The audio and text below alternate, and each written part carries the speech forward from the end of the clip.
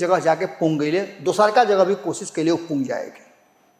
पहिलका तो कुशवाहा समाज के नाराजगी दूर करे खातिर जौन एगो सीट खाली रहा है विधान परिषद के साथ वो जुड़ी हैं, तो नीतीश कुमार निश्चित रूप से उनका सामने जो उनकी लंबा समय से वालों के खबर भी करते रहे कि कई दौर के अभी हाल फिलहाल में वशिष्ठ नारायण सिंह के घर में शादी के फंक्शन रहा है, उन्होंने सब लोग कोई देख लेवा मुकेश सहनी वाला।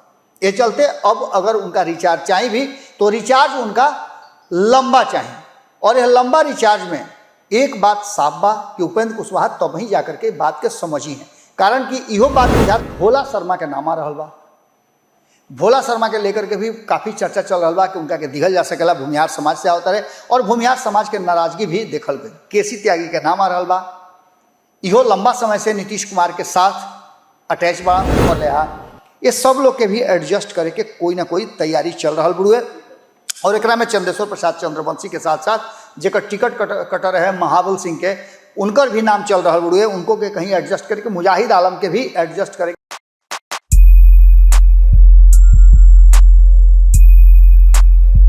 गोड़ा तो नहीं हेरा से अभिनंदन बा, खूंटा ठोक पर रुआ लोग हाजिर बानी, और रुआ लोग के सामने जब हम हाजिर होखिले तो कुछ जरूर रुआ लोग खातिर लेकर आइले।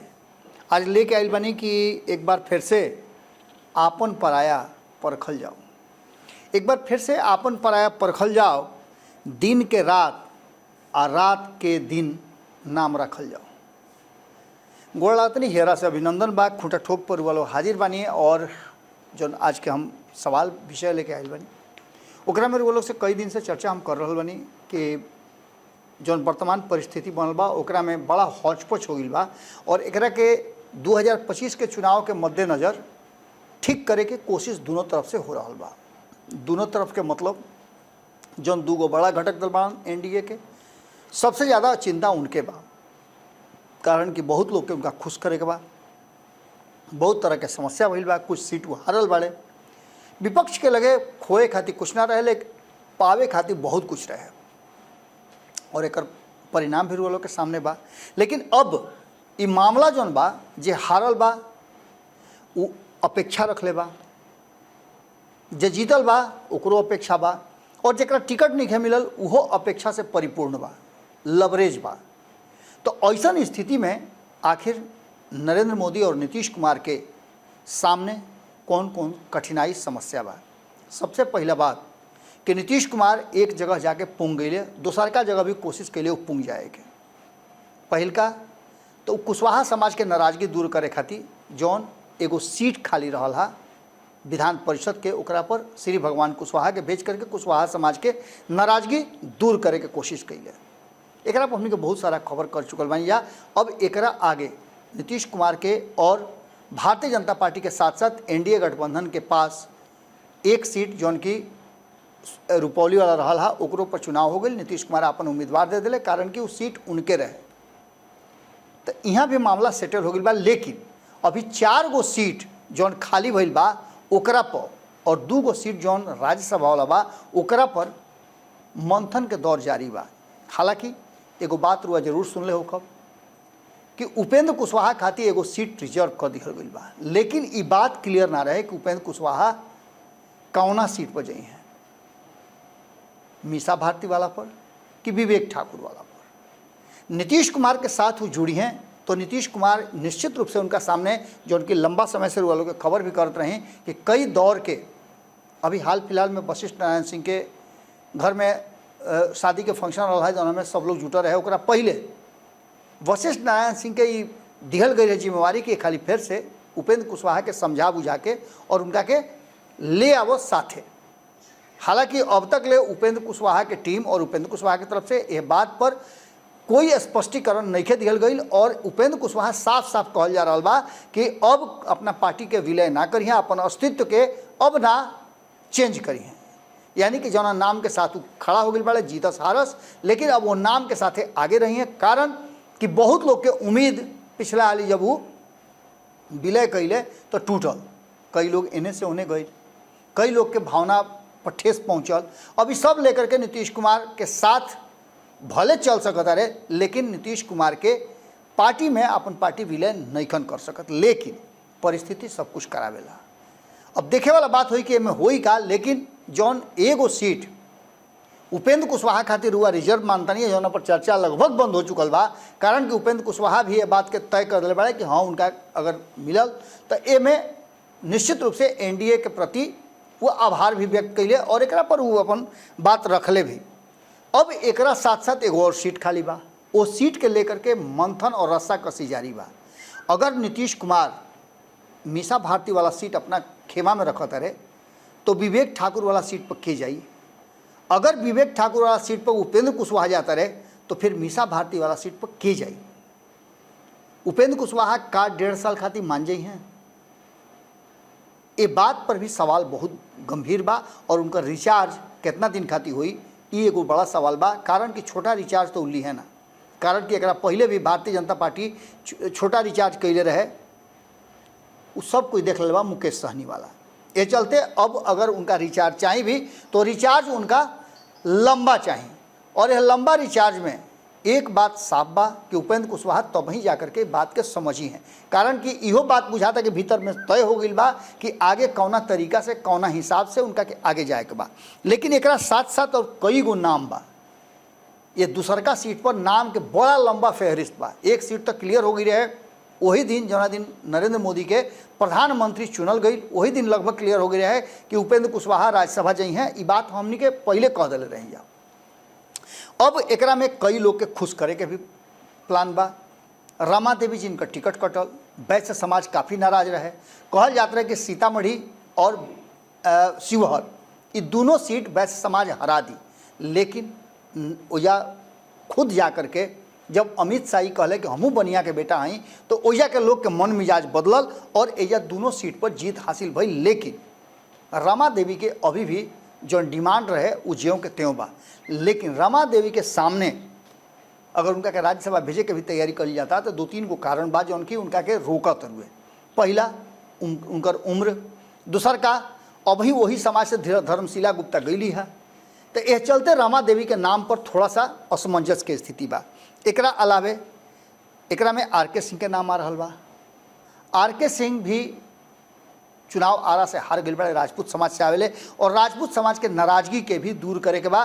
कारण कि राजपूत समाज के नाराजगी और कई विषय के लेकर के बा। हालांकि कोशिश कईल गई बा राजपूत समाज के एडजस्ट करे के, लेकिन जो वर्तमान परिस्थिति बनल बा ओकरा में 8 गो जो मंत्री बनावल गए बड़े ओकरा में नाम खोजल जा रहा बा। अब एकरा अलावे मंत्री भी रहन और केंद्र में 2 हाली चुनाव जीत करके वो मंत्रिमंडल संभालने वाले, उनका ग्राफ भी बहुत बढ़िया रहे। आर के सिंह के नाम आ रहा बा। एकरा अलावे अश्विनी चौबे के भी नाम आ रहा बा। अश्विनी चौबे लगातार हुआ देख लो कब कि एक्शन में आ गई बड़े और कई गो बयान दिले हैं जो उनकी काफ़ी कंट्रोवर्शियल बयान उनका रहा। अब वो खाली फिर से बक्सर में अपन खूटा उटा गाड़े की तैयारी शुरू कर दिले बाड़े। तो उनको के समझावे बुझावे के जरूरत बा और उनका के भी कोनो पद देवे के जरूरत बा। उनका खातिर एगो और पद कहल जाता है कि राज्यपाल बनावल जाए। हालांकि उनकर बहुत करीब से उनका के जाने वाला कई गो लोग कहल कि अभी उनका में राजनीति बाँचल बा, ऐसे उनका के राज्यपाल बना करके उनकर कैरियर के एजे फुल स्टॉप मत लगावल जाओ। लेकिन खैर वो तो फैसला करे के बाद भारतीय जनता पार्टी के और नरेंद्र मोदी के। एकरा अलावे भोला शर्मा के नाम आ रहा बा। भोला शर्मा के लेकर के भी काफ़ी चर्चा चल रहा बा कि उनका के दिखल जा सकेला भूमिहार समाज से आवता रहे और भूमिहार समाज के नाराजगी भी देखल गई। केसी त्यागी के नाम आ रहा बा। इहो लंबा समय से नीतीश कुमार के साथ अटैच बाड़न और बिना कोनो भी लोभ लालच के नीतीश कुमार के पक्ष और नीतीश कुमार के जो राजनीति बा ओकरा के दिल्ली में स्थापित करके खूटा गढ़ले बाड़न। एकरा अलावे एगो बहुत महत्वपूर्ण बात रहलो से आज से हम कुछ दिन पहले बोल रही कि एकरा में एगो जौन सीट बाचत हुए राज्यसभा वाला जाए खातिर ओकरा में नीतीश कुमार और भारतीय जनता पार्टी मिल करके कोई बड़ा फैसला ले सकेले और वो फैसला अल्पसंख्यक समाज यानी मुस्लिम समाज के हो सकेला। कारण कि ना तो लोकसभा ना राज्यसभा और ना कोनो मंत्रिमंडल में जगह मिलल बा। तो एगो मुस्लिम समाज से भेज करके प्रतिनिधित्व करावे के और मुस्लिम समाज के वोट अपना तरफ करे खातिर ये कोशिश एनडीए गठबंधन के तरफ से कई जा सकेला। एकरा में एक नाम और आवत रहे चिराग पासवान के माताजी के, ओकरा पर का हुई अब आगे समझ में आई। लेकिन जब राज्यसभा के बात होता तो ये सारा लोग एकरा में सुशील सिंह के भी नाम आ रहा बा, राजपूत समाज से हुआ आवेले। ये सब बात के लेकर के अब आगे के राजनीति में का हुई ये बात समझ में आता है। लेकिन जौन हई लोग Sushil Singh hocus, RK Singh hocus, Mithilesh Tiwari hocus, Shivesh Ram hocus या फिर रामकृपाल यादव, ये लोग के एडजस्ट करे के भी तैयारी शुरू हो गई बा। एकरा अलावे जौन जनता दल यूनाइटेड से 4 गो लोग हारल रहे, जरा में दुलाल चंद गोस्वामी रहे हा, संतोष कुशवाहा रहे हा, ये सब लोग के भी एडजस्ट करे के कोई ना कोई तैयारी चल रहा बुढ़ुए। और एकरा में चंदेश्वर प्रसाद चंद्रवंशी के साथ साथ जेकर टिकट कटर है महाबल सिंह के, उनकर भी नाम चल रहा बुढ़ुए, उनको के कहीं एडजस्ट करके मुजाहिद आलम के भी एडजस्ट करे के कोशिश चल रहा बा। अब एकरा में देखे वाला बात हुई कि जो बाकी के सीट बा ओकरा में कैसे राज्यसभा में। लेकिन एकरा अलावे एगो और बड़ी महत्वपूर्ण चीज़ बा और वो बा कि बाकी लोग के साथ साथ और जेकर टिकट कटल बा वो सब लोग के एडजस्ट करे के। तो एकरा में 8 से 9 गो सीट राज्यपाल के खाली हो रहा बा, ओकरा पर भी गृह विभाग अपन मंथन के दौर से गुजर रहा बा। नाम लगभग फाइनल हो गई बा और ओकरा में भी ये लोग में से कई लोग के नाम बा, जना में BK सिंह, हर्षवर्धन के नाम, राधा कृष्णन के नाम, डॉक्टर V सदानंद गौड़ के नाम आवता, पशुपति कुमार पारस भी रुआ पता बा कि बेटिकट हो गई रहे, उनको नाम एकरा में रहे। एकरा अलावे और भी कई लोग के नाम एकरा में आवत रहे। अब ऐसा स्थिति में देखे वाला बात ही हुई कि जौन खाली हो रहा बा कई गो राज्य में, जिसमें उनमें राजस्थान के बा, हरियाणा बा, उत्तर प्रदेश बा, गुजरात बा, मणिपुर बा, महाराष्ट्र बा, मेघालय बा, केरल बा, पंजाब बा, और एकरा अलावे चुनाव जौन राज्य में होखे वाला बा जैसे झारखंड, एकरा अलावे जम्मू कश्मीर में भी चुनाव होखे वाला बा। तो जम्मू कश्मीर में भी RK सिंह के भेजे के तैयारी शुरू हो गई बा, एकर चर्चा खूब चल रहा बा। अब देखे वाला बात ही हुई कि जौन वर्तमान परिस्थिति बनल बा ओकरा में कुशवाहा के संगे दोसर का सीट पर केकरा के भेजल जाता। नीतीश कुमार और नरेंद्र मोदी के सामने फाइल पड़ल बा। फाइल पहले बिहार में लटक गई रहे, अब ये फाइल पटना से होते हुए दिल्ली पहुँच गई बा और दिल्ली में एकरा पर अंतिम मोहर लागी। अब एकरा में केकर नाम फाइनल होके आवत हुए ई देखल बड़ा ही दिलचस्प हुई। कारण कि अगर एक आदमी के राज्यसभा एडजस्ट कर जाता तो 8 लोग के राज्यपाल भी बनावे के बा, यानी कि अभी सीट खाली बा और संख्या लगभग वही अनुपात में बा। तो निश्चित रूप से भारतीय जनता पार्टी 2025 के चुनाव के मद्देनज़र जातीय समीकरण के आधार पर राज्यसभा होके या फिर विधानसभा के उपचुनाव होके या फिर राज्यपाल बनावे के होके, बिहार चुनाव के मद्देनज़र ही वो सारा फैसला लिहल जाई। और एकरा अलावे जो 4-5 गो राज्य में चुनाव 2024 में होखे वाला बा ओकरो के नज़र में जरूर रखल जाई। आज खूंटा ठोक पर एजे रुआ लोग से विदा ले। जरूर रुआ लोग कमेंट बॉक्स में बताई कि कैसन लागल। खास करके रुआ लोग से निहोरा करब हम कि देखी भोजपुरी में विश्लेषण रुआ शायद कहीं मिले, रुआ लोग के सपोर्ट और साथ के बहुत ज़रूरत बा। एकरा साथे साथे रुआ लोग के सहयोग और सलाह के भी जरूरत बा। रुआ लोग हित नाता गोतिया पटीदार संगी सलेहर जे भी होके ओकरा के सामने इस शेयर जरूर करी कि भारत लाइव पर एगो खूंटा ठोक के आवेला जौन भोजपुरी में विश्लेषण होला। राजनीति के कोशिश करीले हम कि वो अंदर के बात निकाल के रुआ लोग तक रखी। बस आज एजे तक ले, काल फिर भेंट हुई। गोड़ लागत।